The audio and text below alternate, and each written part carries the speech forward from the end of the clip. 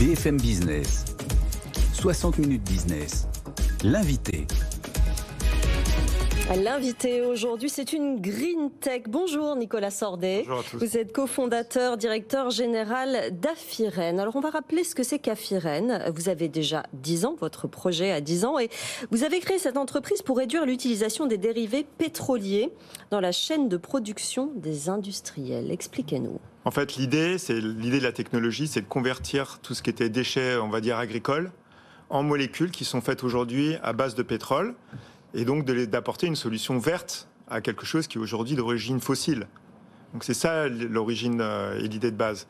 Mais après, la question, c'était de savoir comment est-ce qu'on pouvait le faire mieux, en termes de process de production, comment est-ce qu'on réduit l'impact environnemental, comment est-ce qu'on ne consomme pas d'eau, comment est-ce qu'on réduit nos impacts et les émissions de CO2. Voilà, c'était vraiment ça en fait l'idée qui s'est construite au fur et à mesure. C'est un projet dans son ensemble. Et là, vous venez d'inaugurer la semaine dernière votre immense bioraffinerie. Elle se trouve en Moselle. Alors vous allez nous dire pourquoi vous avez choisi ce site. Et puis, ça y est, elle est faite. Elle est prête à produire maintenant. Elle est faite. C'est l'aboutissement de 10 ans de travail. Donc c'est très enthousiasmant parce que c'est finalement le résultat de tout ce travail, toute cette énergie. C'est le début d'un autre chapitre.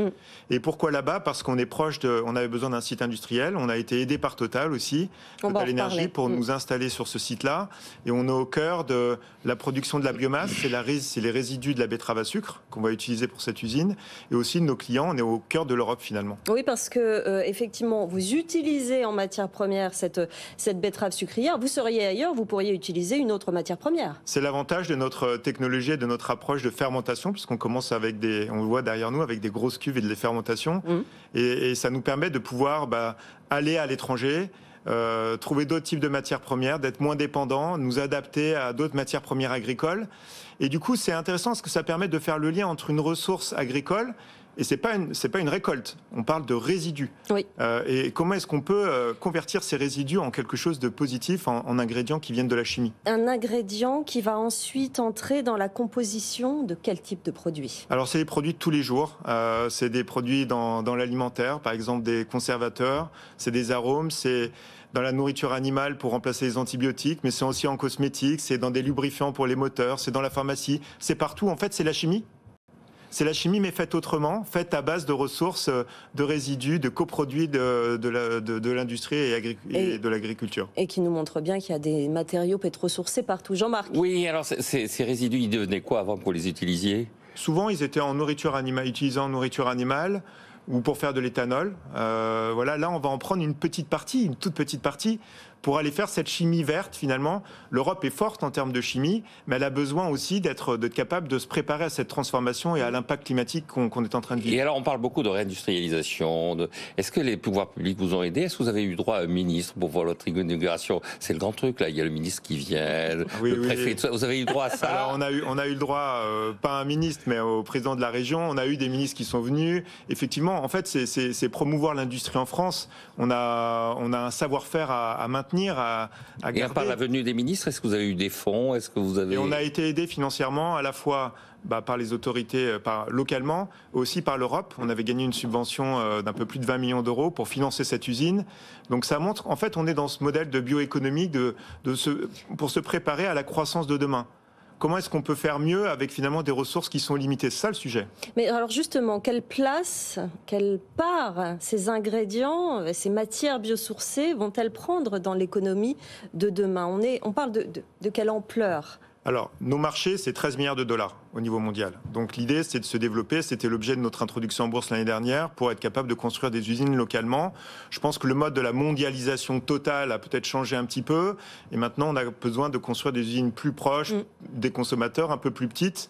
Voilà, donc on ne va pas changer toute la chimie, mais on va changer peut-être une partie de cette chimie-là avec ces ingrédients qu'on va utiliser tous les jours. Est-ce que vous disiez tout à l'heure, c'est très intéressant, parce que vous pourriez vous faire la guerre avec Total Énergie. Et non, ils vous ont aidé. Ils nous ont aidés parce qu'effectivement, ils nous ont mis à disposition un site. Ils aident finalement cette industrie, cet écosystème.